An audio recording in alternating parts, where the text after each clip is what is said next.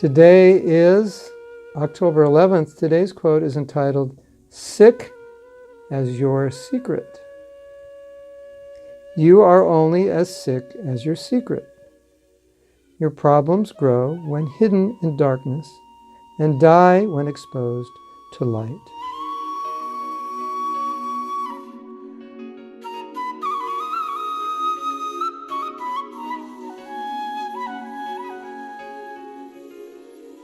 So we know from reading Nectar of Devotion, one of the principles of loving exchange is guyam. Guyam means secret or heart, because the heart is secret.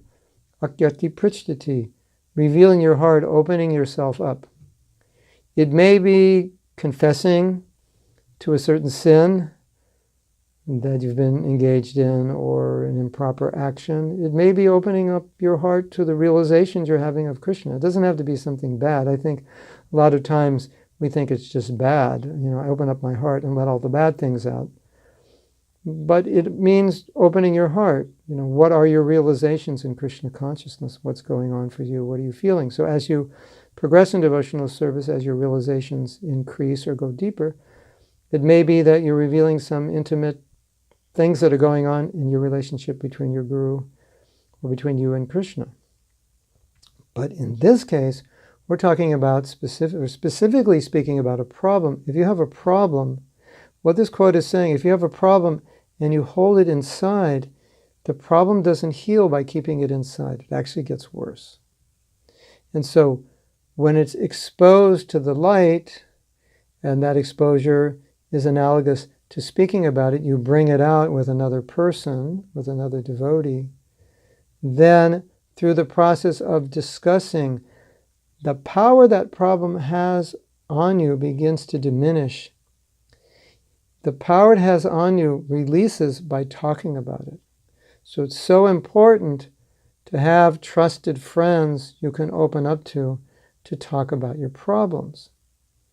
Because talking about it is often the only thing you need to heal your problems.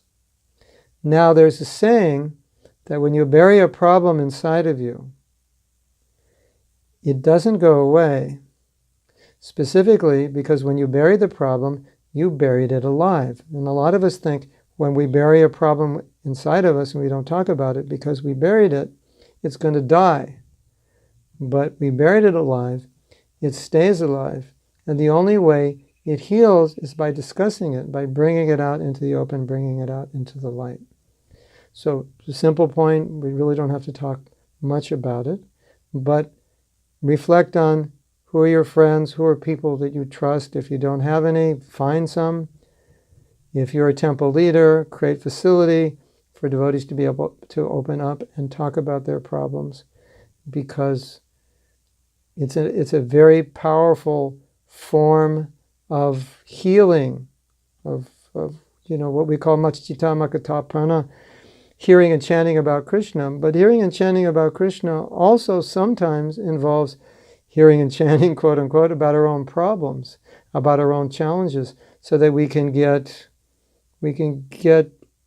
clarity about how to deal with them. And Maya's trick is subtle. The way Maya works is she works on you without you knowing that she's working on you. That's her trick. That's what she does. So a lot of times when we hide these problems within us, it's actually Maya's trick to make us think, if I just suppress them deeply enough, they won't harm me, they won't affect me, when in fact they do affect us. So bring them out. Mushrooms grow in the dark, problems grow in the dark, problems are healed in the light is bringing them out, discussing them, and sometimes just talking about them. It's all you'll need to do. And the other side of this equation is be a person that can be talked to. So sometimes Nectar Devotion says we speak, and it's sometimes as a service to the other devotees, we listen. So both things are there.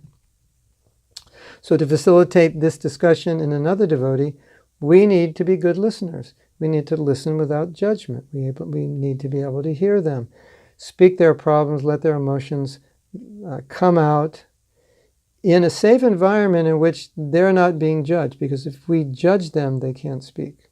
And if we judge them, they're going to be quiet. If we're afraid also that we're going to tell other people what's wrong with them, they won't be able to speak. So we have to create this safe, what I call a safe environment, where devotees feel safe that when they speak to you, it's going to stay with you and you're not going to evaluate and judge them. And I know sometimes it's going to be difficult for you not to judge them because they may say things which are not right, against our scripture and so forth. But sometimes that's just the first tip of the poison that comes out of the cup. And when they begin speaking, they get clarity and then they understand that they're thinking the wrong way or they've said the wrong thing. So sometimes we have to be tolerant to be able to listen through those things, to let them come to the core of the problem. And by talking, often the person will figure out the solution. You don't have to say anything. So it's an art of not saying anything, just being a facilitator to listen and let them speak and listen without judgment, listen without instruction. Just let them talk.